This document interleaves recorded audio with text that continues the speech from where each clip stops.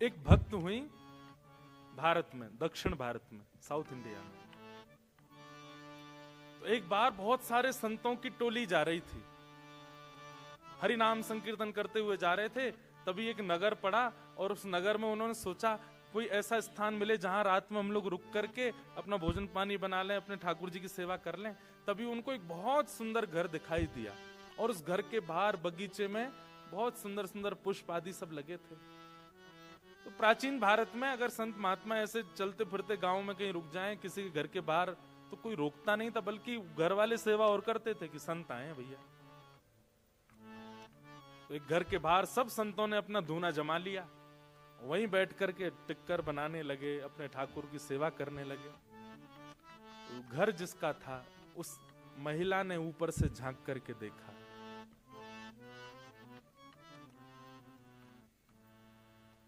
उसके नेत्र सजल हो गए कि आज मेरे द्वार पर संत आए हैं, मैं कुछ सेवा करूं।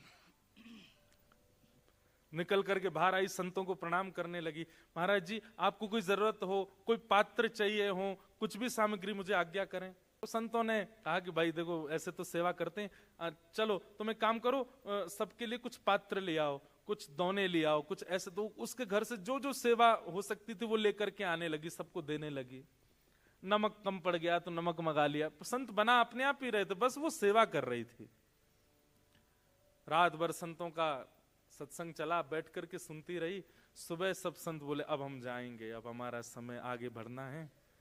तो दौड़ करके गई और दौड़ करके जाके उसने सुंदर एक दक्षिणा देते हैं ना महापुरुषों को, सुंदर बहुत अद्भुत कुछ दक्षिणा और कुछ सामग्रियां लाई और ला करके संतों के सन्मुख पधरा दिया। अब तो नहीं होता ऐसा, पर प्राचीन काल में संतों का ऐसा नियम होता था कि वे दक्षिणा देने वाले से पूछते जरूर थे, ये दक्षिणा कमाने का जरिया क्या है तुम्हारा, ये जो धन हमको दे रहे हो ये आता कैसे है, तुम्हारा काम क्या है, व्यापार क्या है, करते क्या हो। अब तो दक्षिणा देखते ही धल लेते हैं तुम चाहे जो भी हो। भारत में तो कई बड़े बड़े फ्रॉड लोग उस संत महापुरुषों को ऐसा बहुत सारा धन देकर के बिल्कुल अपना वो बना लेते हैं, जो अच्छा नहीं। तो संत ने पूछा कि बिटिया इतनी सामग्री तुम सोना चांदी और जाने क्या क्या ये परात में लेकर के आई हो, ठीक है हम स्वीकार करेंगे, पर हमारा नियम है, गुरु आज्ञा है, इन सब को प्राप्त करने का स्रोत क्या है, कहां से आता है। उसके हाथ कांपने लगे, मुख मुरझा गया। बोली महाराज मैं झूठ नहीं बोलूंगी, पर मैं एक नगर वैश्या हूं, मैं नगर वधू हूं, लोगों का नृत्य करके रंजन करती हूं, गायन करके रंजन करती हूं, उसके बाद जो मुझे वो लोग देते हैं उससे मेरा घर चलता है। उसके नेत्र सजल हो गए। सामने बैठे हुए संत भी आश्चर्य में पड़ गए, अब क्या करें। मन में बहुत दुखी हो गई कि मैंने जीवन में कभी किसी महापुरुष संत की सेवा नहीं करी, पर आज मेरा दुर्भाग्य है कि मेरे द्वार पर आप आ गए, ये मेरा सौभाग्य, मेरे घर की सामग्री आपने प्रयोग में ली, ये मेरा सौभाग्य, पर मैं अपनी वस्तु आपको अपना कर्म बता करके नहीं दे सकती, ये मेरा दुर्भाग्य।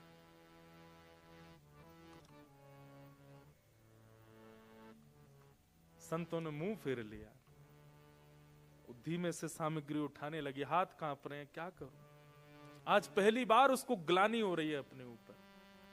लेकिन संत हृदय नवनीत समाना, संत का हृदय कैसा होता है, मक्खन के जैसा। जैसे मक्खन अगर गर्म चीज के पास भी रख दिया जाए पिघल जाएगा, ऐसे संत होते हैं, वो देख नहीं पाए उसके पीड़ा को। बोले इधर आओ, क्या बात है। बोले बस मैं नहीं दे सकती आपको, इसका बहुत ग्लानि है मुझे।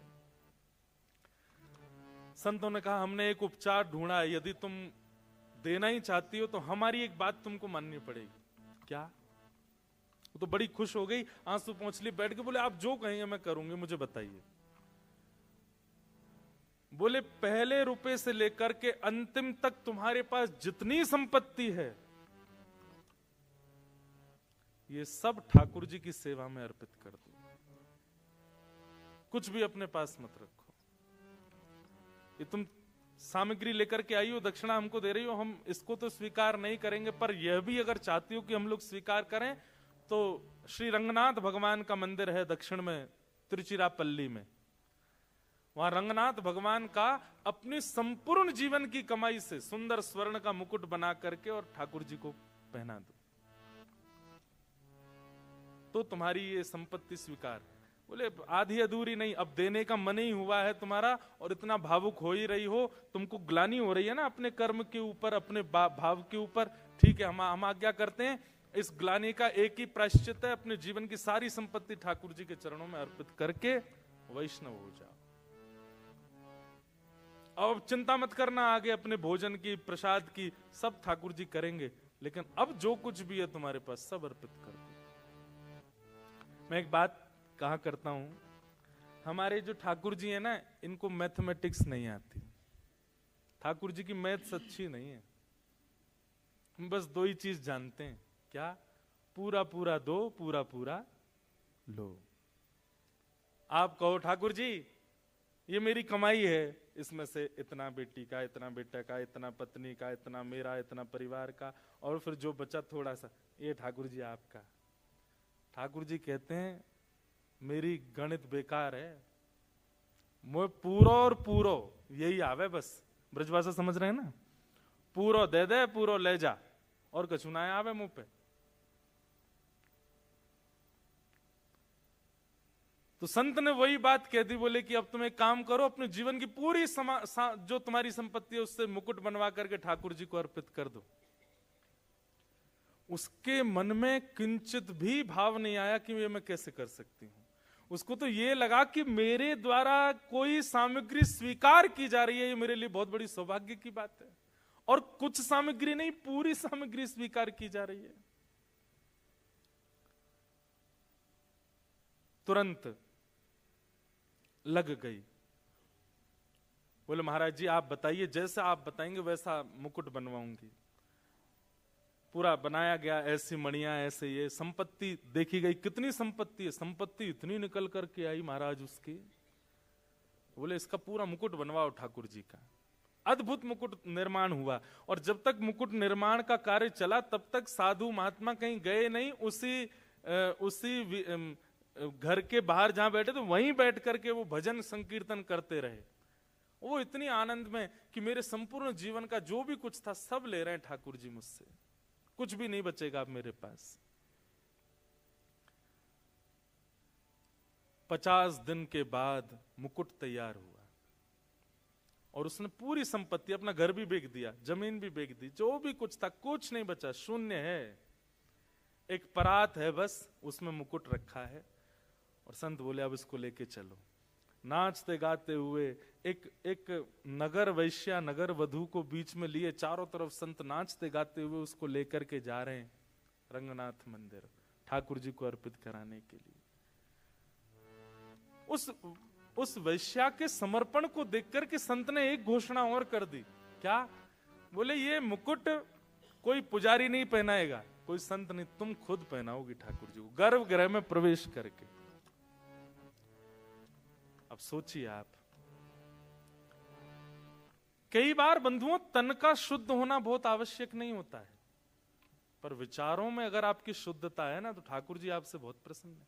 कई लोग हैं, वो लोग दिखते बहुत साफ सुथरे हैं, वो लोग दिखते बहुत बिल्कुल क्या बोलते हैं उसको, हाइजेनिक दिखेंगे बिल्कुल महाराज, एक बाल भी इधर उधर नहीं होता उनका, ऐसे बाल काटते हैं, शर्ट वर्ट ऐसे पहनते हैं, बिल्कुल एक चीज भी ऐसी वैसी नहीं हो जाए, बहुत व्यवस्थित रहेंगे। अगर वैष्णव भी हैं, तुलसी पहनेंगे, तिलक भी बिल्कुल स्ट्रेट, किसी भी रूप में वो नहीं दिखे, पर कहीं ना कहीं मन दूषित होता है। आज वो वैश्या भले ही है, शरीर उसका अपवित्र है, पर उसका हृदय इतना पवित्र था, साधु ने कह दिया तुम ही मुकुट पहनाओगी ठाकुर जी को जाके। मंदिर के सब पुजारियों में बातें बनने लगी। बोले महात्मा का बुद्धि खराब हो गई है, बताओ एक नगर वैश्या को लेकर के आ रहे हैं और चलो ठीक है, उसकी संपत्ति से तुमने मुकुट बनवाया, ठाकुर जी को दे रहे हो, लेकिन तुम इतना तो नहीं कहना चाहिए था कि वो जाकर के ठाकुर जी को पहना दे। और वो महात्मा इतने पहुंचे थे कि उनको कोई मना नहीं कर पा रहा था। लेकिन मैंने एक बात कही ना, ठाकुर जी परीक्षा बहुत लेते हैं। देता है कन्हाई जिसे प्रेम की दशा, देता है कन्हाई जिसे प्रेम की गा सकते हैं दशा। हो सब विधि उसकी लेता है परीक्षा, हो सब विधि उसकी लेता है परीक्षा। कभी निकट बुलाए, कभी निकट बुलाए, कभी दूरियां बढ़ाए, कभी दूरियां बढ़ाए। छलिया हाथ नहीं आए, छलिया हाथ नहीं आए, हमें श्याम ना मिला, हमें श्याम ना मिला, हमें श्याम ना मिला, हमें श्याम ना मिला। ठाकुर जी बहुत परीक्षा लेते, इसलिए एक बात याद रखना, ये 3 दिन के सत्र के बाद यदि प्रेम चित्त में प्रकट हो जाए तो एक चीज के लिए तैयार रहना, परीक्षाएं बहुत होंगी। अपनी संपूर्ण जीवन की कमाई लगा करके, मुकुट बनवा करके, अपना पूरा सर्वस्व ठाकुर जी को देने के लिए आज आ गई वो वैश्या। लेकिन मंदिर के लोग भी उससे बिल्कुल अप्रसन्न थे, सब कुछ उसके बिल्कुल विपरीत था, लेकिन फिर भी उसको मन में लग रहा था ठाकुर जी बुला रहे हैं मुझको। लेकिन जैसे ही वो द्वार पर पहुंची और भीतर प्रवेश करने लगी, उसी समय रजस्वला हो गई, मासिक धर्म हो गया। और उसी समय वो घबरा गई, तुरंत थाल नीचे रख दिया मुकुट का, पीछे खड़ी हो गई। महात्मा बोले क्या हुआ? अब बस रो रही है, कुछ कह नहीं पा रही। महात्मा बोले हुआ क्या, तुम पीछे क्यों हट गई हो? अब मैं अपवित्र स्थिति में हूं, मैं नहीं जा सकती भीतर।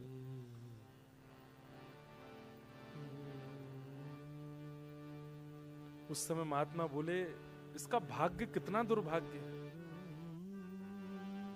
पूरा जीवन नगर वैश्या बनकर के रही, जो धन कमाया उसमें से संतों को देने का प्रयास किया तो हम ले नहीं सकते। दूसरा निधान निकाला कि कुछ भी ना रखे, सब कुछ ठाकुर जी को दे दे। सब प्रकार का प्रयास कर लिया, इसको ले जाकर के भीतर मंदिर में मुकुट पहनाने तक का अधिकार मिल गया था। लेकिन ये कैसा दुर्भाग्य है। निश्चित ही अपने पूर्व काल में, पूर्व जन्म में पता नहीं क्या ऐसा अपराध बन गया इससे, ठाकुर जी इसको स्वीकार नहीं कर रहे हैं। मंदिर के कुछ विपक्षी लोग खुश हो गए, बोले हम तो पहले ही मना कर रहे थे, देखो ठाकुर जी ने ही ऐसी लीला कर दी, अब ये जा नहीं सकती भीतर। आप वेद शास्त्रों के विरुद्ध जाकर के काम कर रहे थे महात्मा, देखिए ठाकुर जी की लीला। बैठी बैठी रो रही है, लेकिन उसको आत्मग्लानि नहीं है।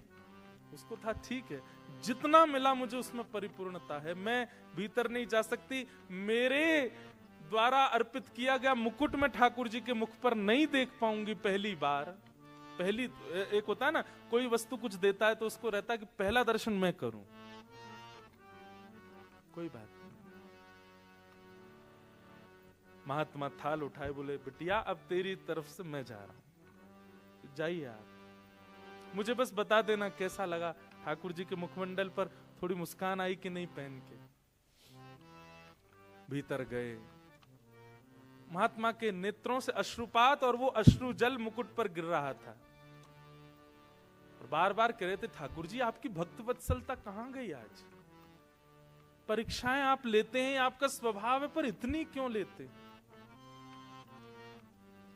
जैसे भीतर प्रवेश किया, श्रीमन नारायण भगवान के सन्मुख उसको रखा गया। मुकुट की पूजा अर्चना जैसे हुई, और अर्चना करने के बाद पूर्व का मुकुट उतार करके और द्वितीय नया मुकुट धारण कराने की परिस्थिति, जैसे ही मुकुट उठाने का प्रयास किया, खुद ही उठा के लाए महात्मा जी बाहर से। वो इतना भारी हो गया, उनसे उठे ही नहीं।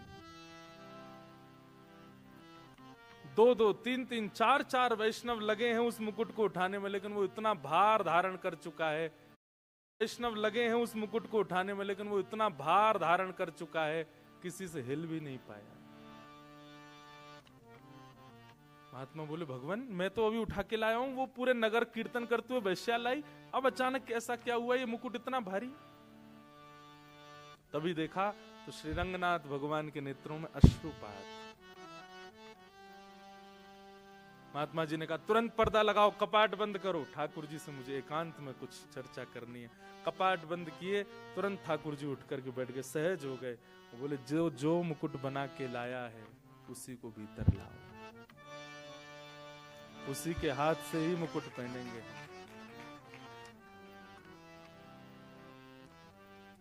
बंधुओं, एक वैश्या, उसके जीवन भर की कमाई, और वो भी रजस्वला अवस्था, और ठाकुर जी कह रहे हैं उसी को लेके आओ, उसी के हाथ से मुकुट पहनूंगा।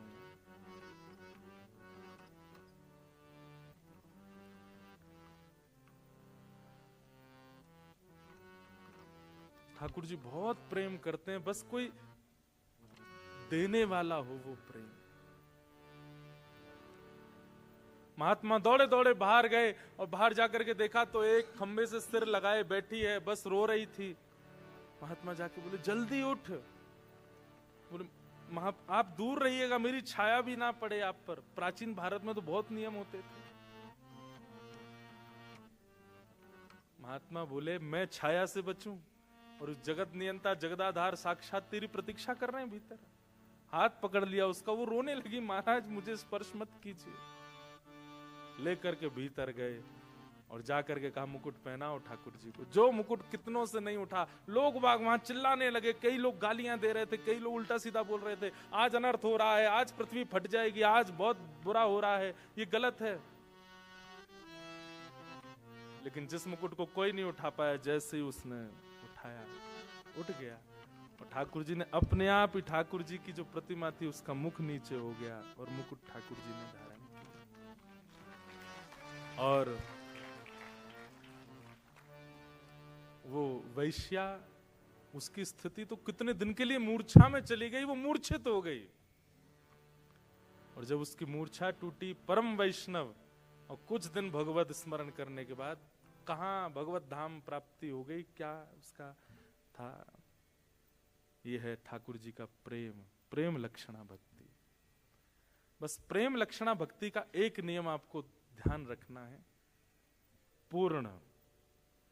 आधा अधूरा, 1%, 10%, 50%, 60% नहीं चलता, 100 पूरा, तो ही वो प्रेम भक्ति मानी जाती, नहीं तो नहीं।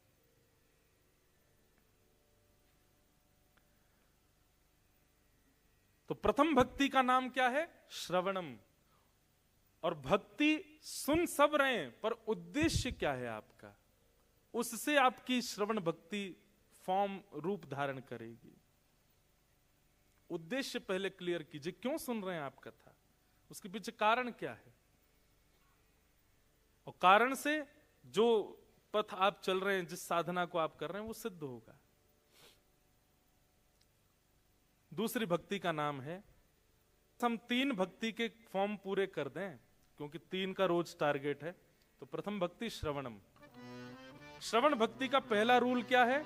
आपका उद्देश्य क्लियर होना चाहिए। आप किसी का भी प्रवचन सुन रहे हो, किसी की भी कथा सुन रहे हो, किसी के भी सत्संग में जा रहे हो, किस उद्देश्य से जा रहे हो? क्या पाने आए हो? ज्ञान पाने आए हो, वैराग्य पाने आए हो, कि भक्ति पाने आए हो, कि प्रेम पाने आए हो? ये पहले क्लियर कर लीजिए। दूसरी बात, श्रवण का मतलब केवल सुनना नहीं होता, और सुनकर के भूल जाना नहीं होता, इंप्लीमेंट जरूर करना है। आप यहां से सुन करके गए, वो आपकी क्रिया में यहां से इस हॉल से निकलते ही वो लागू हो जानी चाहिए बातें जो जो यहां कही गई। अगर आप इंप्लीमेंट नहीं करते तो आपका श्रवण भक्ति व्यर्थ हो जाएगी। किसी महापुरुष ने आज्ञा की कि अभी इसी वक्त जोहानिसबर्ग जाओ, तो आपके पास में ये ऑप्शन नहीं है कि आप उनसे जाके पूछो क्यों जाएं, जोहानिसबर्ग में क्या करें, चले जाओ। इतना विश्वास होना चाहिए प्रवचन के ऊपर। जो बात कह दी गई है, हमारे श्रीमद वल्लभाचार्य जी के शिष्य हुए श्री सूरदास जी महाराज। कौन? सूरदास। हरि दर्शन की प्यासी अखियां, हरि दर्शन की प्यासी। जिन लोगों को दो दो आंखों से ठाकुर जी नहीं दिखते थे, सूरदास जी को बिना नेत्रों के ठाकुर जी दिख जाते थे। एक दिन सूरदास जी ठाकुर जी, आज तो ठाकुर जी ने पीली पोशाक पहनी है, आज तो ठाकुर जी ने नीली पोशाक पहनी है। और दर्शन करने वाले बोले इसको कैसे पता चल जाती है, आंखें तो है नहीं। एक दिन सबने पुजारी जी से कहा, बोले ये ना रोज सोच के आता है, हरा नीला गुलाबी, और संभवतः ठाकुर जी वैसे ही होते हैं। आज एक काम करो, वस्त्र ही मत पहनाओ ठाकुर जी को, आज देखें क्या बोलेंगे। सूरदास जी गए, कपाट खुले, और जैसे कपाट खुले सब लोग, कोई दर्शन नहीं करा, सब सूरदास जी को। हाँ सूरदास जी, आज कौन सी पोशाक है? आज हरि देखे नंगम नंगा, आज हरि देखे नंगम नंगा, मोतन माल गले उर साजे, छवि के उठत तरंगा। महाराज जितने दर्शनार्थी सब नतमस्तक हो गए सूरदास जी के। नेत्रों की आवश्यकता नहीं। सूरदास जी बोले ये कैसे संभव हुआ, बिना नेत्रों के कैसे दिखते हैं? बोले क्योंकि मैं रोज अपने गुरुदेव के द्वारा दिए गए प्रवचनों को पालन करता हूं। गुरु के वचन अटल कर मानो, मैं उस पर संशय नहीं करता हूं। उन्होंने जो कह दिया उसको मैं तुरंत। एक बात याद रखिएगा, गुरु आज्ञा नहीं करते, गुरु आदेश नहीं देते, गुरु सामर्थ्य देते हैं। क्या देते हैं? सामर्थ्य। सामर्थ्य जानते हैं? जैसे मैंने आपको बोल दिया कॉफी नहीं पीनी, ठीक है, ये आज्ञा नहीं है, ये आज्ञा नहीं है, ये सामर्थ्य है। अब जब भी कॉफी आएगी, अगर आपका गुरु के प्रति पूर्ण विश्वास होगा, कॉफी देखते जो आपको बहुत प्रिय थी, मैं एक कॉफी का नाम ले रहा हूं, चाय का नहीं लिया क्योंकि मैं भी पीता हूं, इसलिए एक वस्तु का नाम लिया। अब जब जब कॉफी आपके सामने आएगी ना, जिसको आप कभी नहीं छोड़ पाए थे उसके प्रति आपको घृणा हो जाएगी, मन ही नहीं होगा उसको, ले जाओ भाई, नहीं पी सकता। ये करना नहीं है आपको, अपने आप हो जाएगा। बस आपको वचनों के प्रति, शब्द के प्रति, श्रवण भक्ति के प्रति इंप्लीमेंट की भावना रखनी है कि जो मैंने सुना वो धारण होना चाहिए। पहली बात उद्देश्य क्लियर, दूसरी बात इंप्लीमेंट करना प्रवचन को, और तीसरी बात बहुत विशेष, जो अधिकारी नहीं सुन पाए हैं इस ज्ञान को, उनके सन्मुख जाके उसको बोल देना, बता देना। ये श्रवण, कई लोग होता है कथा सुनने के बाद भूल जाते हैं हम क्या सुन के आए। भूलना नहीं है, याद रखना। तो प्रथम भक्ति श्रवण, श्रवण से ही चित्त में ठाकुर जी आएंगे। दूसरी भक्ति का नाम क्या है? श्रवणम कीर्तनम विष्णु। दूसरी भक्ति का नाम कीर्तन। कई बार ऐसा होता है कि कीर्तन में ही आपको आनंद आता है, लेकिन प्रवचन शुरू होते ही आप लोगों को उबासी आने लग गई, झोंके आने लग गए, नींद आने लग गई, टाइम देखने लग गए। नहीं, पहले श्रवण कीजिए प्रवचन, उसके बाद कीर्तन की ओर जाइए। कीर्तन का मतलब क्या होता है? कीर्तन का मतलब हरि बोल बोलना, श्री राधे बोलना, आदि आदि, ये सब कीर्तन करना। इसको कीर्तन नहीं कहते। कीर्तन का मतलब क्या होता है? जहां तन अपनी स्थिति भूल जाए। अभी 2 घंटे हो चुके हैं, हम लोग आपस में बैठे हैं, कई लोगों ने हो सकता है फोन भी नहीं देखा 2 घंटे में। पिछले 1 महीने का आप पूरा टाइम देखेंगे तो एक भी दिन ऐसा नहीं निकला होगा जहां हर 1 घंटे में आपने फोन ना देखा हो।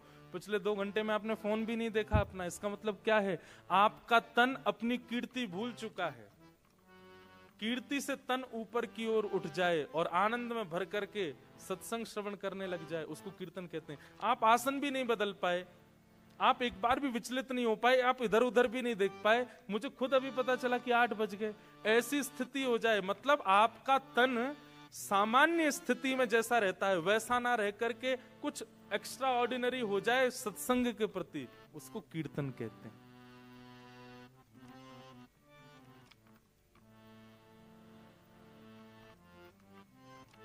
जहां हरि सत्संग आपके तन को ऊपर उठा दे, एक आसन पर बैठ करके आप पूरी कथा श्रवण कर लो, किसी भी प्रकार का आपका जो नॉर्मल रूटीन होता है उसको आप भूल भाल करके और केवल आनंद निमग्न होकर के सुनने लग जाओ, इसी को कीर्तन कहते हैं। भूख, प्यास, निद्रा, आलस्य, ये जो शरीर के धर्म है ये सब भूल जाते हो जब सत्संग में, तब कीर्तन होता है।